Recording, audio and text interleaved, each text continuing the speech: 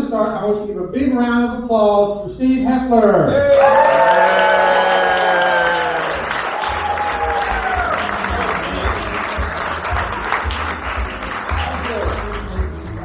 He is really a great instructor.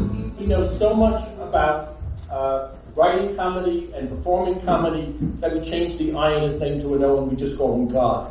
And I get very nervous when I come up here and I'm on stage. So what I did was I taped my set. So I'm going to play it for you now. 23 years ago, I met my wife, Marcia. Okay.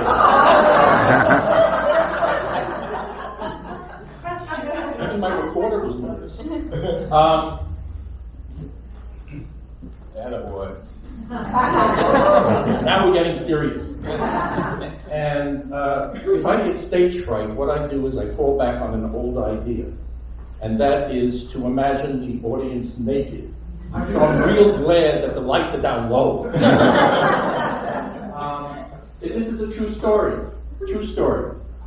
I did meet my wife, Marcia, 23 years ago. And for me, it was love at first sight. I knew immediately that she was Miss Right. What I didn't find out until later was that her first name is actually Always.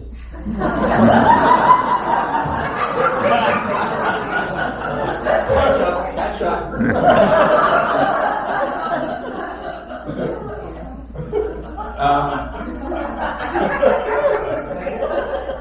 And almost everybody I know is on social media. Is there anybody here who's not on social media?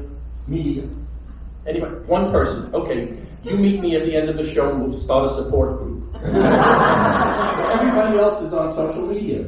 And I refuse to join. And the reason I refuse to join is during my entire childhood, I was always about pleasing other people. And I spent many years in therapy working on that, and you'll be happy to know that I'm cured. Now, if you think that I care whether you like a picture of my grandkids, I don't care. Eat your heart out, Mark Zuckerberg. You're never going to find out what my favorite pizza topping or my shoe size. And the only thing I want you to forget about tonight is that I'm standing up here as a 76-year-old retired pediatrician, and I'm hoping you laugh at my jokes. But in any case, one thing about retirement is that we have lots of time and the time to travel. And Marcia and I love to travel. So we've been to Italy to see the Roman ruins. We've gone to South Africa to go on safari. And then one place that we crossed off our bucket list was Vietnam. We went there 18 months ago because Marcia wanted to see where her clothes were made.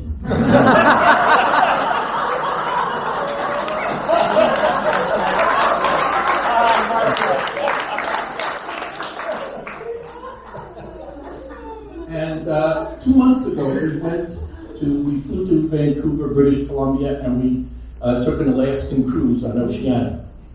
A cruise. That's where they drive and you drink. And different cruise lines, we found out, are catered to different clienteles. So, for example, Holland America caters to very old people and their parents. The cruise line that we were on, Oceania, we were in the mid-tier in terms of age. That means fewer oxygen tanks and less Metamucil in the welcome package.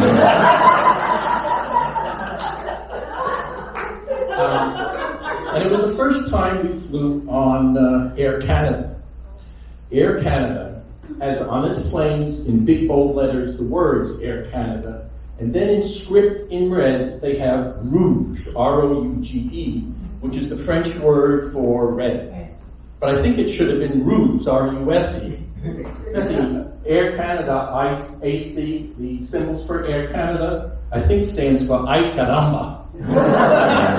Because their seats are so small.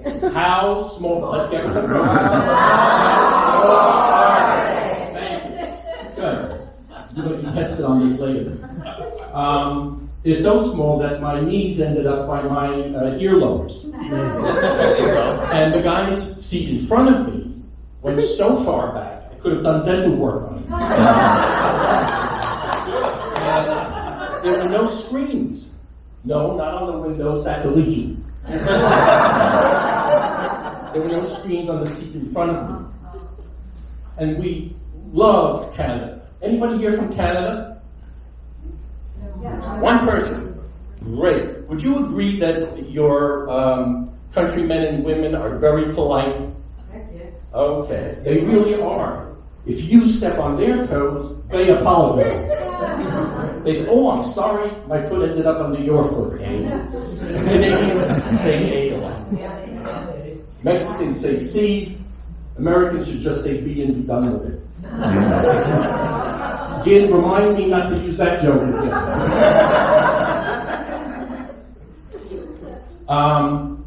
And another thing about Canadians is that they love to give directions. Well, not really directions, more like clues. I guess they think they're smarter than we are. For example, we were going through customs in Toronto, and a very nice lady was stamping our passport, and I asked her, okay, where do we get the flight from Toronto to Vancouver? And she says, out the door and back of me. That's it. So we go out the door and back of her, and there are two signs, domestic and international. And I think to myself, okay, we're flying from the US to Canada, it's international, right? Now don't forget, us Y chromosome people don't like to ask for directions. And we walked down this long hallway, so long that we could have dropped breadcrumbs or packed a lunch. We go down an escalator, and there are signs for Athens, Dubai, Miami. Damn, wrong place. So Marsha goes to the customer service desk and she asks for directions. And of course, it's back the way we came. And then the lady says, and you get a bus to the gate. That's it. What bus? Where do you get it? No more information. A clue. So we go back the way we came, and this time we pass London, Moscow, the rivers of Babylon, where we sat down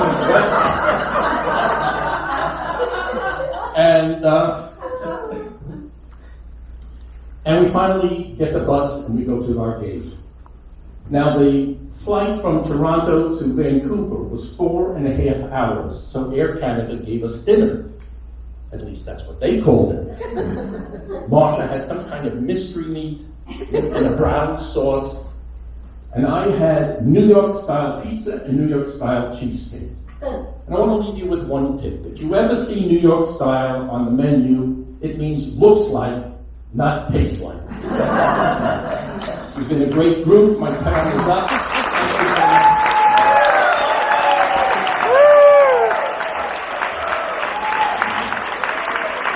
very much.